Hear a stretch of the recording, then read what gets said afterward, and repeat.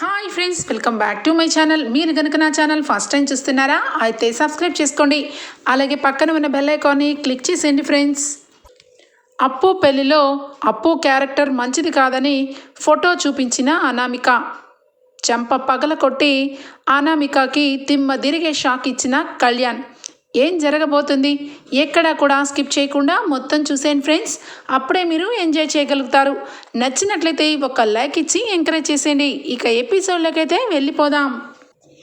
Episode start అవగానే మొత్తానికైతే ధాన్యలక్ష్మికి రుద్రాని చెప్పిన మాటలన్నీ బాగా తలకి ఎక్కించుకొని కుటుంబం అందరినీ పిలిచి కళ్యాణ్కి పెళ్లి చేయాలనుకుంటున్నాను అని చెప్పడం. ప్రకాశం అయితే ఇందాకటి వరకు నీతోనే ఉన్నాను, కనీసం నాకు ఏ విషయం చెప్పకుండా అందరి ముందు చెప్పడం ఏంటి, అయినా కళ్యాణ్కి ఇప్పుడు పెళ్లి చేయడం ఏంటి, వాడికి డైవర్స్ అయ్యి 2 రోజులు కూడా కాలేదు, అప్పుడే పెళ్లి మీద పడ్డావా, వాడికి ఇప్పుడు పెళ్లి చేస్తే వాడు డిప్రెషన్లోకి ఇంకా వెళ్ళిపోతాడు అని చెప్పి ప్రకాశం అంటూ ఉంటాడు. ఇందిరాదేవి కూడా అదేంటి ధాన్యలక్ష్మి, ఇంట్లో నువ్వు ఒక్కదానివే నిర్ణయం తీసుకుంటే సరిపోతుందా, కన్న తండ్రిగా ప్రకాశానికి ఒక మాట చెప్పలేదు అనగానే, ఇప్పుడు చెప్తున్నాను కదా అత్తయ్య గారు, నా కొడుక్కి పెళ్లి చేయాలనుకుంటున్నాను, వాడిని డిప్రెషన్ నుంచి బయటకు తీసుకురావాలనుకుంటున్నాను అని చెప్పి అంటూ ఉంటుంది ధాన్యలక్ష్మి.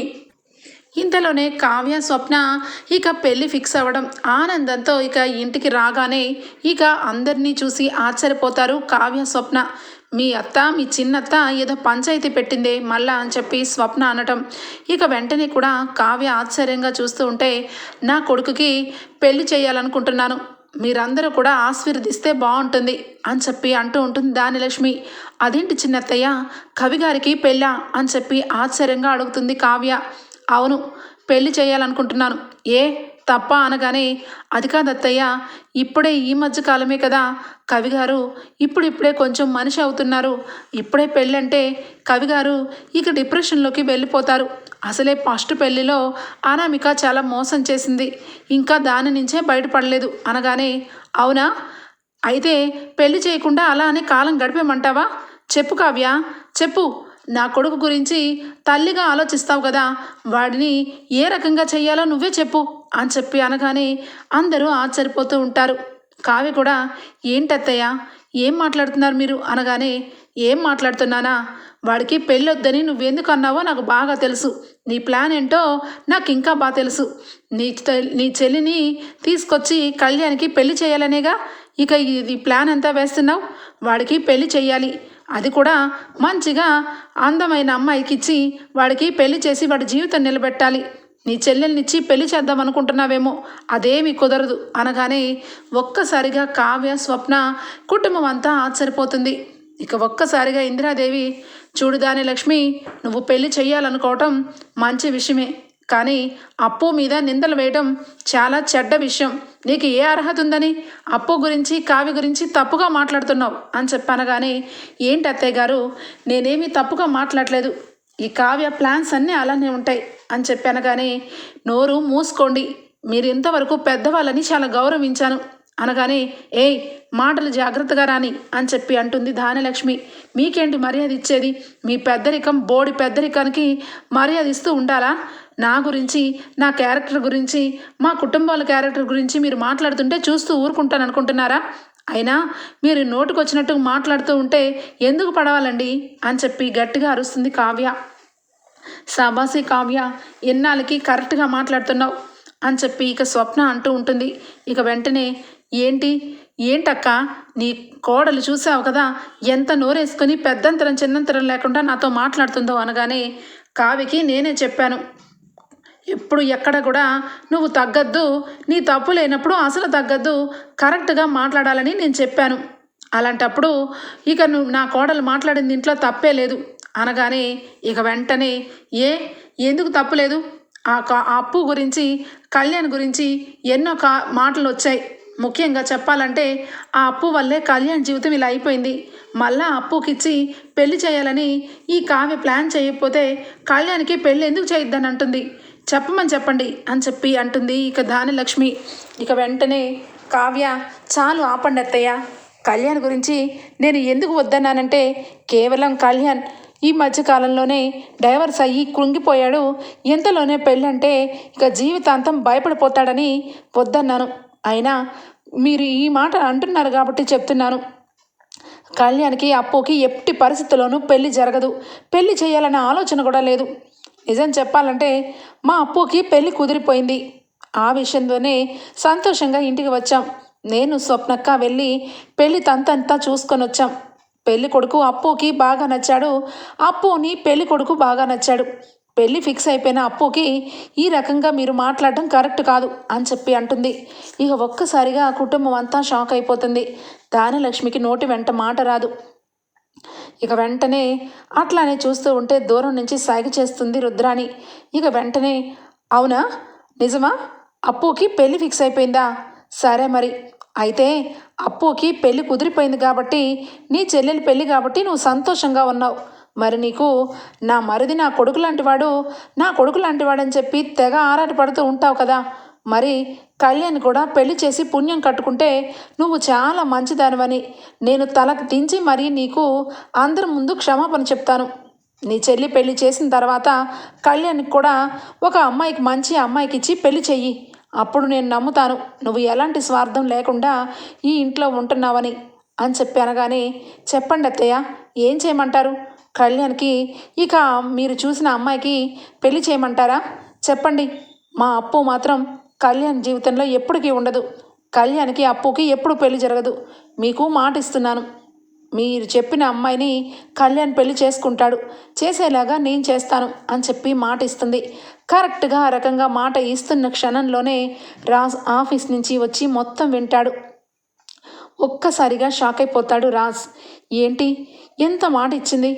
అప్పు విషయంలో కళావతి చేసింది చాలా తప్పు అని చెప్పి స్పీడ్గా అందరినీ చూసి సీరియస్గా రూమ్లోకి వెళ్ళిపోతాడు. ఇక అక్కడికి రాజ్ అయితే ఇక గొడవ అయితే ముగిసిపోతుంది. మాట ఇచ్చావు, ఇక మాట తప్పమని అనుకుంటున్నాను అని చెప్పి దానలక్ష్మి అంటుంది. ఇక అమ్మయ్య రుద్రాణి అయితే అమ్మయ్య మొత్తానికైతే పెట్టాల్సిన ఫిట్టింగ్ మొత్తం పెట్టాను. కావ్య మాట మీద నుంచునే మనిషి. ఇడు చూస్తే కళ్యాణ్ మనసులో ఉంది అప్పు. ఇప్పుడు ఏం చేస్తుందో నేను చూస్తాను. దానలక్ష్మి కరెక్ట్గా అడిగింది, కరెక్ట్ సమయంలో కరెక్ట్గా అడిగింది. లేదంటే అమ్మో ఇంకేమన్నుందా? అసలే అది వీళ్ళిద్దరికీ స్వప్నకి నోరెక్కువ, కావ్యకి తెలివెక్కువ, దానికి ఫైటింగ్ కూడా వచ్చు. ఏకంగా కుటుంబాన్ని అందరినీ మడత పెట్టే రకం. అది ఏ రోజు ఈ ఇంటికి రాకూడదు. అసలు కోడలుగా వస్తే ఇక భరించడం చాలా కష్టం అని చెప్పి ఇక రుద్రాణి రిలీఫ్ అయిపోతుంది. ఇక కావ్య రూమ్లోకి రాగానే ఇక వెంటనే రాజ్ అయితే కళావతి అని చెప్పి డోర్ని వేసి గట్టిగా అరుస్తాడు. ఏమైందండి, మీరు స్టార్ట్ చేశారా?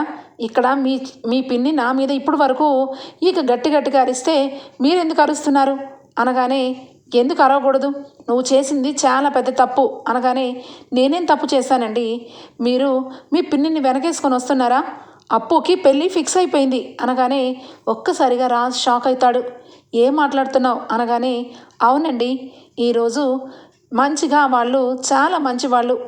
అప్పు విషయంలో వాళ్ళన్నిటికీ తల వంచి చివరాఖరికి అప్పుని అప్పులాగే చూశాడు. అలాగే పెళ్లి కూతురం పెళ్ళి కూడా ఓ పెద్దగా చేయకుండా ఒక గుళ్ళో చేయమని సింపుల్గా చెప్పారు. నిజానికి వాళ్ళు చాలా మంచి వాళ్ళండి. అంచెం మంచి సంబంధం వచ్చిందని సంతోషంగా వచ్చాను. తీరా చూస్తే ఇంటికి రాగానే ఇప్పటికే నా మీద చాలా నిందలు వేస్తూనే ఉంటారండి ఈ కుటుంబం అని బాగా బాధపడుతుంది కావ్య. ఇక వెంటనే రాజ్ అయితే, చూడు కళావతి, అప్పుకి పెళ్ళి ఫిక్స్ అయిందా? నిజానికి నాకైతే చాలా బాధ అనిపిస్తుంది అని చెప్పి అంటాడు. ఏ, అప్పుకి పెళ్ళి ఫిక్స్ అవ్వడం మీకెందుకు బాధ అనిపిస్తుంది అనగానే, సరే అప్పుకి పెళ్ళి ఫిక్స్ అయితే అయ్యింది. కళ్యాణ్కి ఎందుకు నువ్వు మాట ఇచ్చావు? కళ్యాణ్కి వేరొక అమ్మాయికి ఇచ్చి పెళ్లి చేస్తానని నువ్వు మాట అనవసరంగా ఇచ్చావు అనగానే, ఎందుకు ఇవ్వకూడదు? ఇక ఇప్పటికే నా మీద నిందలు వేస్తున్నారు. అది కాదని ప్రూవ్ చేసుకోవడానికే నేను మాట ఇచ్చాను అనగానే, నిజమే, నువ్వు ప్రూవ్ చేసుకోవడానికి మాట ఇచ్చావు, కానీ వాడి మనసులో ఎవరున్నారో లేదో నీకు అనవసరం. నువ్వు మాటలు ఇచ్చేస్తావా? వాడి మనసులో ఎవరున్నారో తెలుసా నీకు అనగానే, ఎవరుంటారు? అనామికకి డైవర్స్ అయిపోయాయి. ఇక కవిగారు బాధలో ఉన్నారు అంతే కదా అనగానే, అవును, బాధలో ఉన్నారు అంతే కదా అంటున్నావు, కానీ వాడి మనసులో ఉన్నది ఎవరో కాదు, అప్పునే. అప్పుని వాడు సిన్సియర్గా ప్రేమిస్తున్నాడు. వాడు అప్పుని మనసులో పెట్టుకొని బయటికి చెప్పలేకపోతున్నాడు. నువ్వేమో పిన్ని కొంచెం రెచ్చగొట్టేసరికి మొత్తానికి మాట ఇచ్చావు. ఇప్పుడు ఏం చేయమంటావు? అప్పుని కళ్యాణ్కి పెళ్లి చేయాలనుకున్నాను. ఏదో రకంగా అప్పు విషయంలో ఇంటికి వచ్చి పెళ్లి క్యాన్సిల్ చేసుకోవచ్చు. కానీ కళ్యాణ్ గురించి ఇప్పుడు నువ్వు పిన్నికి మాట ఇచ్చావు. ఏ రకంగా చేయాలనుకుంటున్నావు అని చెప్పి రాజ్ చాలా గట్టిగా మాట్లాడతాడు. ఇక కావ్యకి నోటి వెంట మాట రాదు. ఏం మాట్లాడుతున్నారండి మీరు? అసలు మీరు మాట్లాడేదానికి అర్థం ఉందా? కళ్యాణ్ అప్పుని ప్రేమించడం ఏంటి?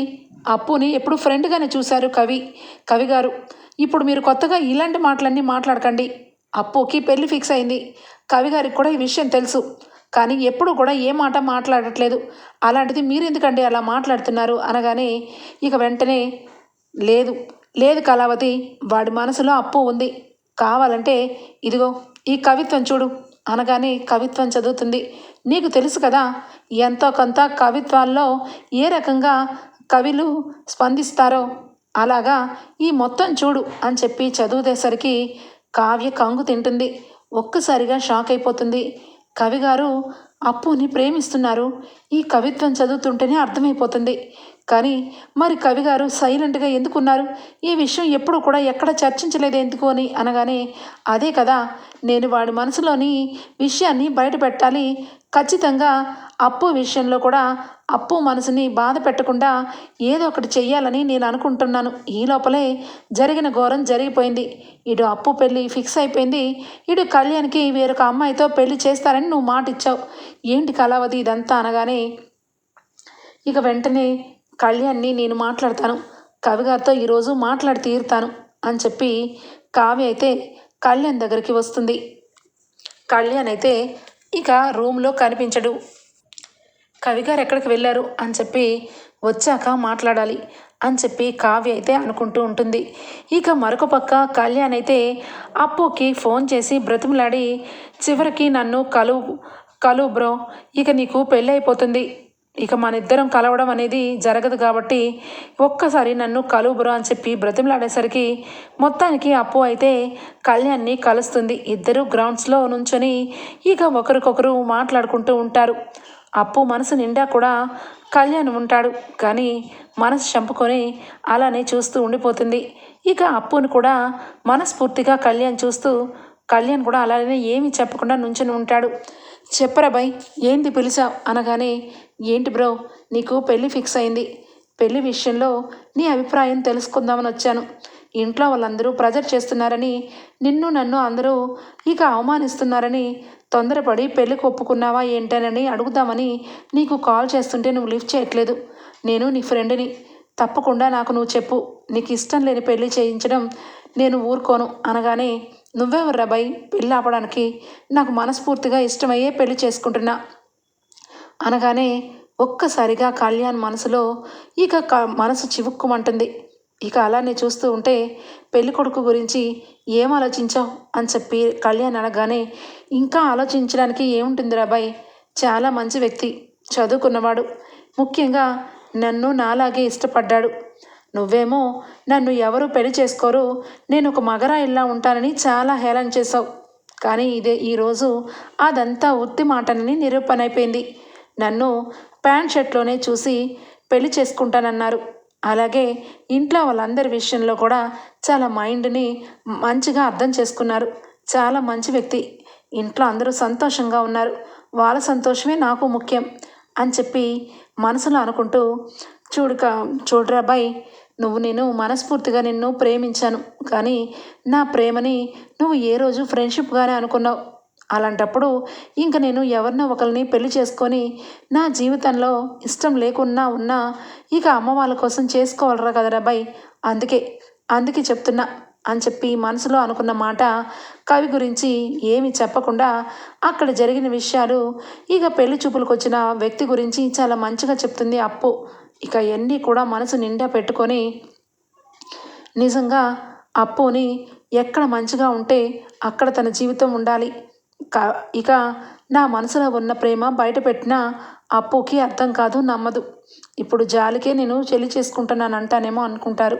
కాబట్టి అప్పుని నేను ఇంకా డిస్టర్బ్ చేయకూడదు అని చెప్పి మనసులో అనుకొని కంగ్రాచులేషన్స్ బ్రో, చాలా మంచి వ్యక్తి దొరికాడు. నువ్వు ఎక్కడున్నా సంతోషంగా ఉండాలి. నీకు ఏ హెల్ప్ కావాలన్నా నాకు మొహమాటం లేకుండా ఫోన్ చేయాలి. నా బ్రో ఎప్పుడూ కూడా స్ట్రాంగ్గా ఇలాగే ఉండాలి.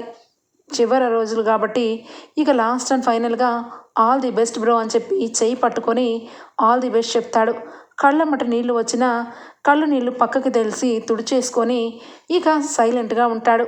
ఇక కళ్యాణ్ మనసులో ఎప్పటికీ నేను ఉండను, కవి నన్ను ఎప్పుడూ ఫ్రెండ్గానే చూస్తాడు కాబట్టి నేను కూడా కవి గారిని ఇక నేను మనసులో నుంచి తీసేయాలి అని చెప్పి అప్పు కూడా కళ్ళ వెంట నీళ్ళని తుడుచుకొని చాలా థ్యాంక్స్ బ్రో అని చెప్పి ఇద్దరు కూడా షేక్ హ్యాండ్ ఇచ్చుకుంటారు. కళ్యాణ్ మనసు నిండా అప్పు ఉన్నా పైకి చెప్పకుండా కళ్ళమ్మట నీళ్ళను దాచుకొని ఇక సంతోషంగా ఉండు బ్రో అని చెప్పి ఇక ఇంటికి వచ్చేస్తాడు. ఇక కళ్యాణ్ అలా వెళ్ళిపోయేసరికి అప్పు కూడా ఇక నేను కళ్యాణ్ గురించి ఆలోచించకూడదు, కళ్యాణ్ నన్ను ఎప్పుడు కూడా మంచి స్నేహితురాల్లాగే చూస్తున్నాడు అని చెప్పి అప్పు కూడా ఇక వెళ్ళిపోతుంది. మొత్తానికైతే కళ్యాణ్ అయితే ఇంటికి వస్తాడు. ఇంటికి రాగానే కావ్య ఎప్పుడెప్పుడు కళ్యాణ్తో మాట్లాడాలని ఎదురు చూస్తూ ఇక కళ్యాణ్ రాగానే కవి గారు మీతో కొంచెం మాట్లాడాలి అని చెప్పి ఇక ఎవరు లేని ప్లేస్ దగ్గర నుంచోపెట్టి అడుగుతుంది. ఏంటి వదిన, ఏం మాట్లాడాలి అనగానే ఏం మాట్లాడాలా, మీరు ఎవరినైనా ప్రేమిస్తున్నారా అని చెప్పి అడుగుతుంది. ఒక్కసారిగా కళ్యాణ్ అదేంటి వదిన అలా అడిగావు, నేనెవరిని ప్రేమించట్లేదే అని చెప్పి అబద్ధం ఆడతాడు. లేదు, మీరు అబద్ధం ఆడుతున్నారు, నిజం చెప్పండి, మీరు ఎవరినో ప్రేమిస్తున్నారు, ఆ విషయం ఎందుకు చెప్పట్లేదు అని చెప్పి అనగానే అదేంటి వదిన, నేను ఏ విషయమైనా నీతో చెప్తాను కదా, నేనేమి ప్రేమించలేదే అని చెప్పి ఇక మనసులో ఉన్న ప్రేమని ఇక చెప్పినా వేస్ట్ అని ఇక అప్పుకి పెళ్లి జరిగి సుఖంగా ఉండాలని ఇక మనసులో అనుకొని లేదు వదిన, నేనెవరిని ప్రేమించట్లేదు అనగానే వెంటనే ఇక మరి ఇదేంటి అని చెప్పి కవిత్వాన్ని తీస్తుంది ఒక్కసారిగా కావ్య. ఒక్కసారిగా కళ్యాణ్ ఆశ్చర్యపోతాడు. అది అని చెప్పి అనగానే మీరు చెప్పండి, మీరు అప్పుని ప్రేమిస్తున్నారు కదా అని చెప్పి కావ్య అడగగానే ఒక్కసారిగా షాక్ తింటాడు కళ్యాణ్ అయితే.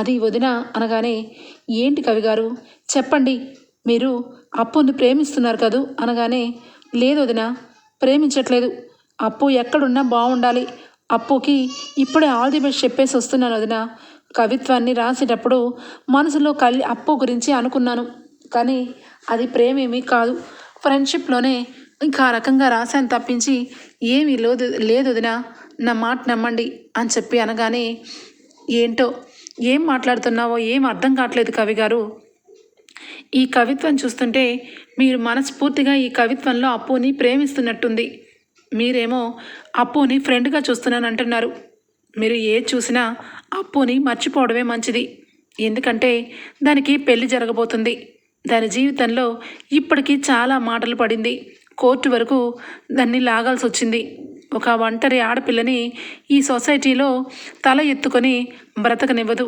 మొన్న దాన్ని అక్కడ ఉన్న వాళ్ళే దాన్ని ఏడిపించారు, ఆ విషయంలో మళ్ళా అది పోలీస్ స్టేషన్ వరకు వెళ్ళింది, ఇప్పటికే చాలా విసిగిపోయింది అప్పు విషయంలో మీరెప్పుడూ కూడా మంచి ఫ్రెండ్గానే ఉండండి, ఇక అంతకు మించి ఆలోచించద్దు, ఈ మధ్య ఫ్రెండ్షిప్ని చాలా రకాలుగా అర్థం చేసుకొని బురద చల్లుతున్నారు, ఇప్పుడు గనక అప్పు విషయంలో మీరు నిజంగా ప్రేమించానని చెప్పుంటే నేను చాలా బాధపడేదాన్ని, ఎందుకంటే అప్పుకి మంచి సంబంధం వచ్చింది, అప్పుకి పెళ్లి జరిగిపోతుంది, ఇక మీరు కూడా చక్కగా మీ లైఫ్ని లీడ్ చేయండి, అనవసరమైన గొడవలు అనవసరమైన ఆలోచనలు వద్దు కవి గారు, ఇక మీ మనసులో ఎక్కడైనా ఫ్రెండ్షిప్ కంటే ముందుగా ఆలోచించాలనుకుంటే ఇంకా ఆలోచించకండి అని చెప్పి ఇక కళ్యాణ్తో చెప్పేసి అక్కడి నుంచి వెళ్ళిపోతుంది.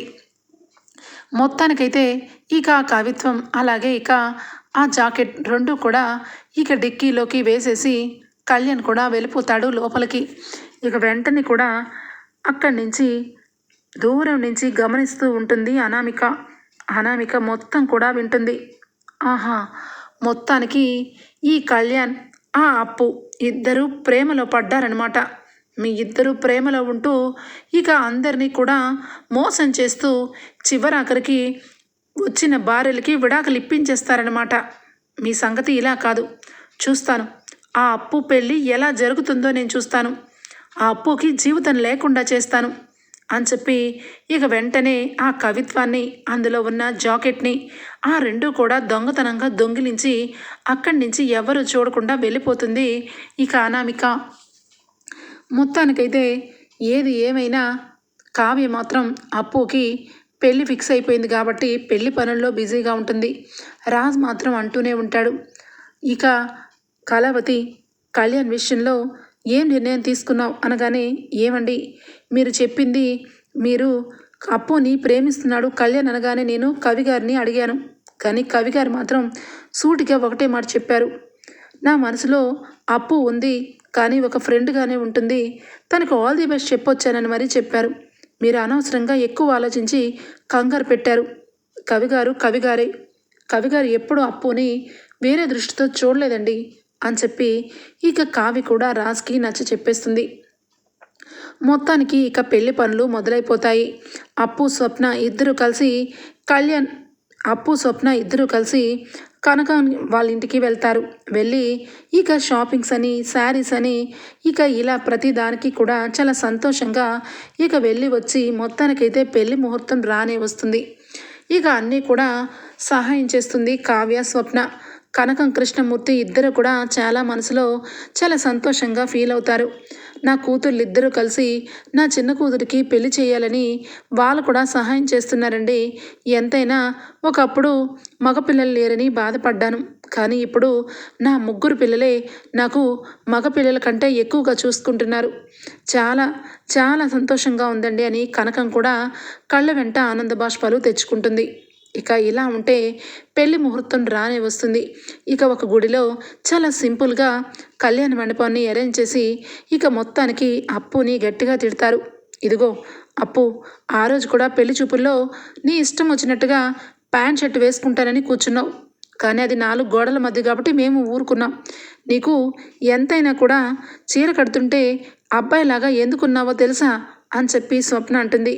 వెంటనే కావ్య ఎందుకని అనగానే, ఇక బ్యాగ్లో నుంచి విగ్గును తీసి ఇదిగో అని చెప్పి ఇక విగ్గును తీసి జడ వేసి చక్కగా పూలతో అలంకరించి మొత్తానికి కుందనపు బొమ్మలాగా తయారు చేస్తారు. కృష్ణమూర్తి, కనకం, బంటి అందరూ ఆశ్చర్యపోయి, అక్క చాలా బాగున్నావు అక్క, నిజంగా సూపర్గా ఉన్నావు అక్క అని చెప్పి బంటి అనడం ఇక మనసులో ఇక అప్పు కూడా సంతోషంగా ఫీల్ అవుతుంది. కానీ తన మనసులో మాత్రం మనస్ఫూర్తిగా కళ్యాణ్ మీద ఉన్న ప్రేమని చెరుపుకోలేక చాలా డల్గానే ఉంటుంది. ఇక ఇంతలా ఇలా పెళ్లి వాళ్ళు కూడా వస్తారు. దుగ్గిరాల కుటుంబం కూడా అక్కడికి వస్తారు. ఇలా అందరూ కూడా పెళ్ళికి రాగానే అప్పుని పెళ్లి పీటల మీద కూర్చోపెట్టి పంతులు గారు ఇక గౌరీ పూజ చేయిస్తూ ఉంటారు.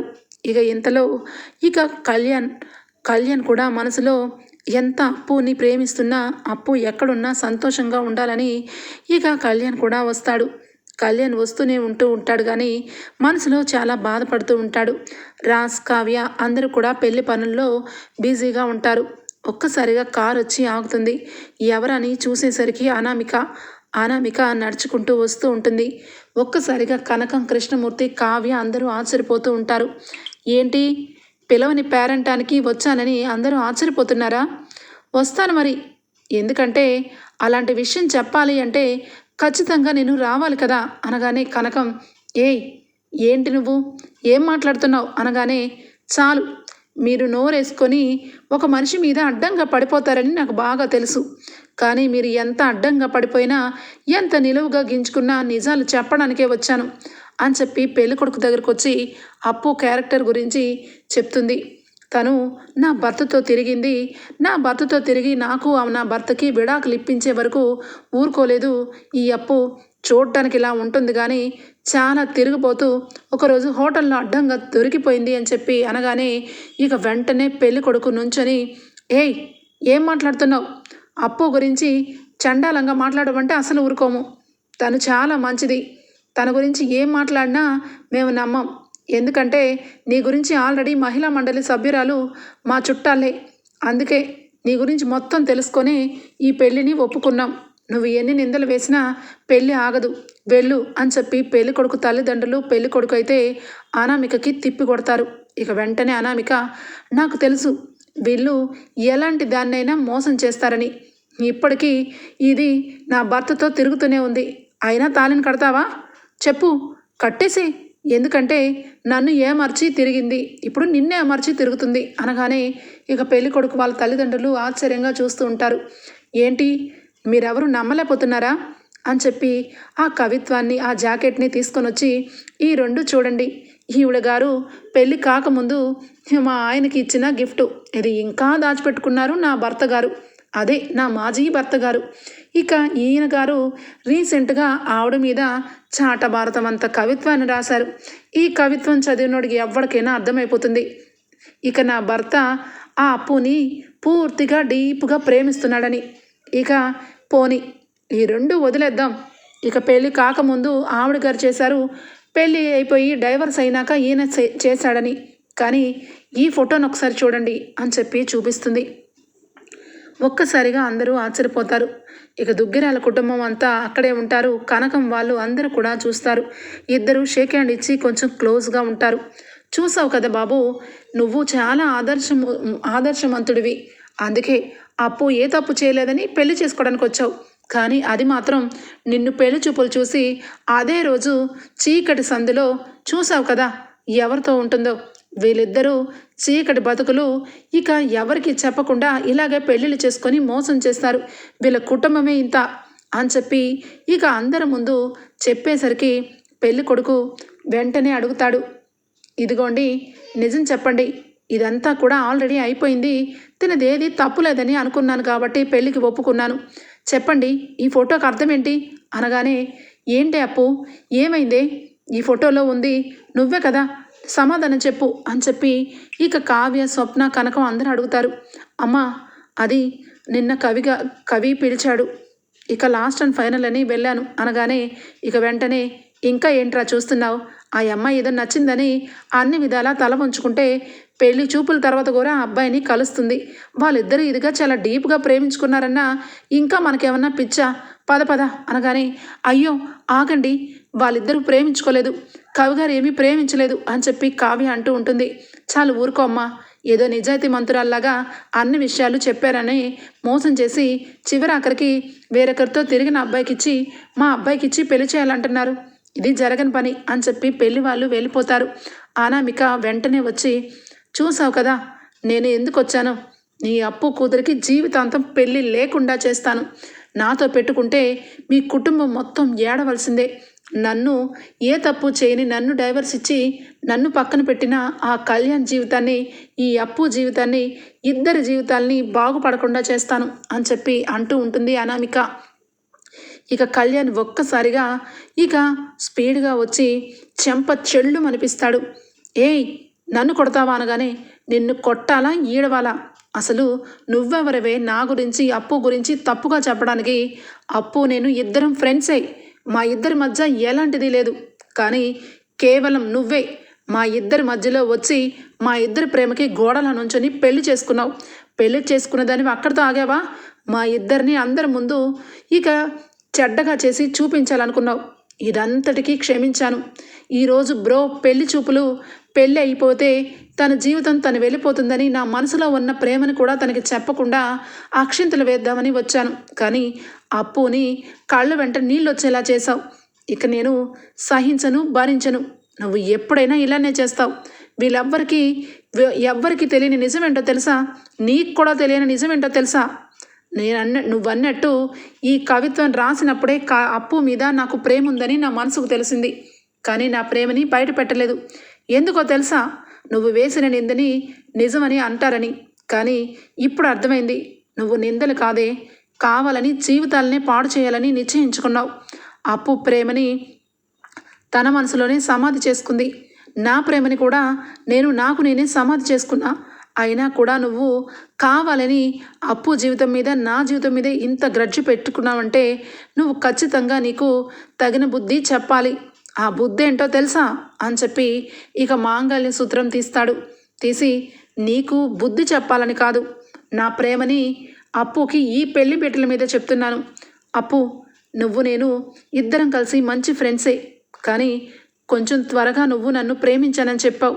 నేను చాలా ఆలస్యం అయిపోయింది అప్పు. అందుకే నా మనసులో ఉన్న ప్రేమ నీకు చెప్పలేకపోయాను. ఇప్పుడు చెప్తున్నాను, ఈ అగ్ని మంటల సాక్షిగా చెప్తున్నాను, నేను ప్రాణానికి ప్రాణం కంటే ఎక్కువగా ప్రేమిస్తున్నాను. నువ్వు లేకపోతే నేను బ్రతకలేను.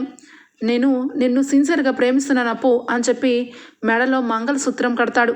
ఇక అంతే, దుగ్గిరాల కుటుంబం, కనకం కుటుంబం అందరూ దెబ్బకి షాక్ అయిపోతారు. ఇక వెంటనే తాళిని కట్టి కిందకి వచ్చి, ఇప్పుడు బురద చేయవే, ఇప్పుడు బురద కొట్టు. ఏంటి, అప్పుకి నన్ను ఇద్దరిని కూడా జీవితాంతం బాధ పెడుతూ ఉంటావా? మా ఇద్దరి జీవితాల్లో నాశనం చేస్తావా? ఇప్పుడు చెప్పు, ఎవరి జీవితం నాశనం అయిందో చెప్పవే, చెప్పు అని చెప్పి కళ్యాణ్ రివర్స్ గేర్లో మాట్లాడతాడు. ఇక అప్పు కళ్యాణ్ ఇద్దరు పెళ్ళైపోయి ఇక అలానే కళ్యాణ మండపం మీద ఉండేసరికి దానలక్ష్మి, ఇక రుద్రాణి అందరూ కూడా, అనామిక ముగ్గురు దెబ్బకి షాక్ అయిపోతారు. రుద్రాణి అయితే, ఛీ, ఇది ఇంత అమాయకురాలు అనుకోలేదు. దీని జీవితంలో ఏం చేసినా ఎప్పుడు కూడా ఇలాగే చేస్తుంది. దీనికి పోలీస్ స్టేషన్కి వెళ్ళమంటే కోర్టుకు వెళ్ళి కూర్చుంది. చివరాఖరి డైవర్స్ తీసుకుంది.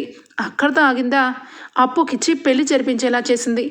దీనంత తెలివి తక్కువ దద్దమని ఎక్కడ చూడలేదు అని చెప్పి అనామిక గురించి ఇక అనుకుంటూ చివరాఖరికి ఏదైతే జరగకూడదు అనుకున్నానో అదే జరిగిపోయింది. ఇంకే ఉంది, ఆ అప్పు ఇంటికి వచ్చినప్పటి నుంచి ఇల్లు మొత్తం ఈ కనకం ఫ్యామిలీతో నిండిపోతుంది. నేను మాత్రం ఒంటరిగానే పోరాడాలి. ఈ అనామికని పీక నొక్కి చంపేయాలన్నంత కోపంగా ఉంది అని చెప్పి అనుకుంటూ ఉంటుంది. ఇంతలోనే రాజ్ సుభాష్ పోలీస్ స్టేషన్కి ఫోన్ చేసి పరువు నష్ట దావా మీద అనామిక చేసిన రచ్చని ఇక పోలీస్ స్టేషన్కి చెప్పి పోలీసులతో అరెస్ట్ చేయిస్తారు. అనామికని ఆడ పోలీసులు వచ్చి ఇక పట్టుకొని వెళ్ళిపోతారు. ఇక ఈ రకంగా ముగిసిపోతుంది. మొత్తానికైతే అప్పు అలాగే కళ్యాణ్ ఒక ఇంటి వారవుతారు. ధాన్యలక్ష్మి కూడా నోరు ఎత్తని పరిస్థితి. ఇక ఆ విధంగా అప్పుని కళ్యాణ్ పెళ్లి చేసుకుంటాడు. ఈ విధంగా అనామికకి రుద్రానికి దిమ్మ తిరిగే షాక్ ఇస్తాడు. మీకు కనుక నచ్చినట్లయితే ఒక లైక్ ఇచ్చేయండి friends. Bye, take care, thank you for watching.